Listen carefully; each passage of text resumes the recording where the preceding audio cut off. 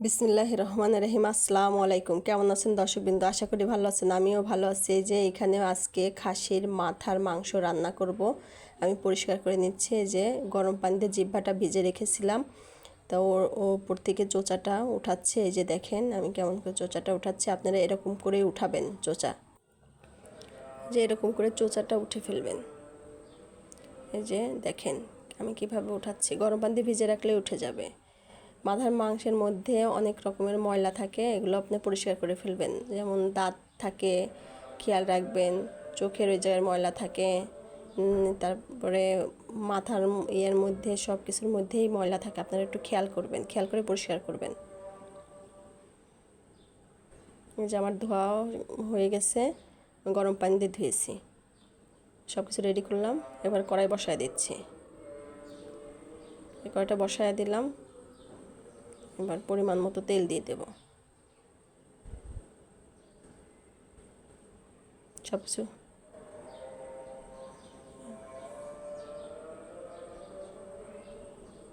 এই যে তেল দিয়ে দিলাম। এবার পেঁয়াজও দিয়ে দিলাম। পেঁয়াজটা ভাজা পর্যন্ত অপেক্ষা করি। বাদামি হয়ে গেলে এর মধ্যে আমি কিছু মশলা অ্যাড করব। 2-3 টুকরা দারচিনি, একটা তেজপাতা আর এলাচ, 3-4টা এলাচ দিয়ে আমি ঘ্রাণ আসা পর্যন্ত অপেক্ষা করতেছি।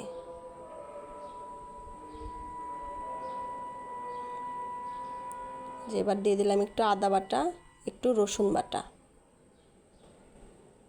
এবার ভালো করে নেড়ে চেড়ে একটু ভাজা ভাজা করে নেব। তারপরে একে একে সব মশলা দিয়ে নেব। তো তার আগে একটুখানি পানি দিব আমি, মশলা যেন না পুড়ে যায়।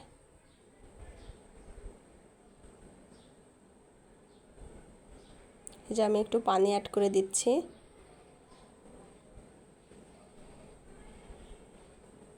এবার একে একে সব মশলাই দিয়ে দেব। হাফ চামচ জিরার গুঁড়া, হাফ চামচ হলুদের গুঁড়া,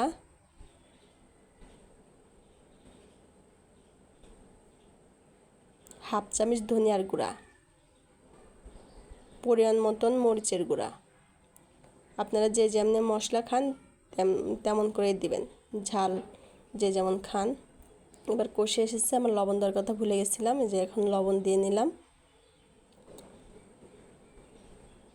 পরিমাণ মতন লবণও দিয়ে দিবেন। কষা হয়ে গেছে।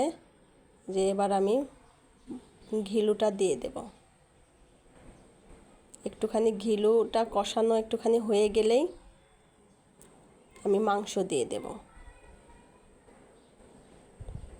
যে আমার সুন্দর ঘিলুটা কষিয়ে গেছে, মশলাটা কষিয়ে গেছে। এবার আমি মাংস দিয়ে দিচ্ছি।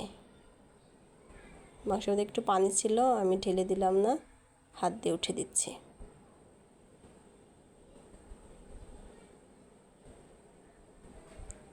এরপর সুন্দর করে নাড়াচাড়া দিয়ে কষা নেবেন। অনেকক্ষণ ধরে একটু কষাবেন। তেল বের হয়ে আসলেই এর মধ্যে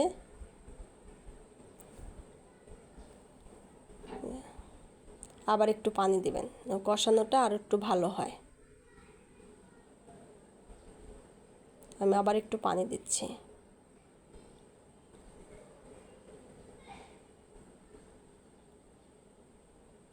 যে আমি ঢাকনা দিয়ে ঢেকে ঢেকে সুন্দর করে কষাচ্ছিলাম। আপনারা এভাবে কষাবেন।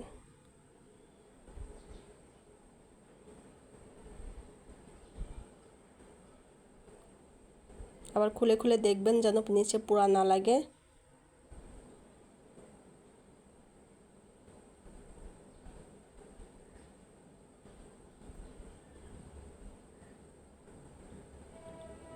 যে আমার মনে হচ্ছে এখন প্রায় কষে আসছে। এই যে কষা কষা হয়ে গেছে, দেখেন নিচে দিয়ে তেল তেল বের হয়ে গেছে। এবার আমি আলু দিয়ে দেব। ওই দেখেন কি সুন্দর তেল বের হয়ে গেছে। আমি আলু দিয়ে একটু নাড়াচাড়া করেই ঝোল দিয়ে দেব। এই যে আলু দিয়ে দিলাম।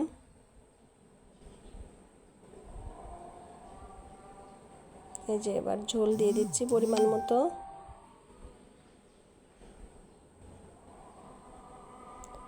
মাংসটা সেদ্ধ হওয়ার জন্য আপনাদের পরিমাণ মতো আপনারা সব কিছু দেবেন।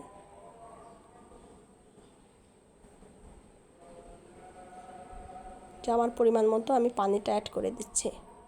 এবার ঢাকনা দিয়ে সেদ্ধ হওয়া পর্যন্ত অপেক্ষা করব। আমি মাঝে মাঝে খুলে দেখছিলাম।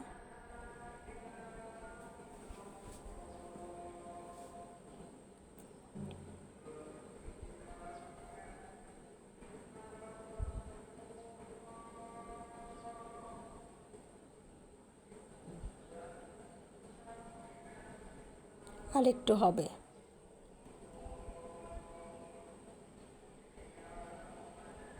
এবার দেখলাম সিদ্ধ হয়ে গেছে, ঝোলটাও পরিমাণ মতো আছে, তা আমি নামিয়ে ফেলবো। এই যে নামিয়ে নিয়ে আসলাম। এবার আপনাদের রিভিউ দেব যে কেমন ঝোল লেগেছে আর কেমন হয়েছে। দেখেন, দেখেছেন? এই দেখেন, দেখেছেন?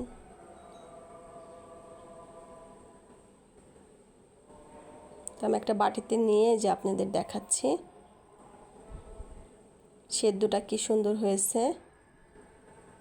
দেখছেন? আপনারা এভাবে রান্না করবেন, আমার চ্যানেলের সাথে থাকবেন, কমেন্ট করবেন আমার রান্না কেমন হয়েছে। আপনারা কমেন্ট না করলে আমি বুঝতে পারবো না যে আমি কেমন রান্না করতেছি।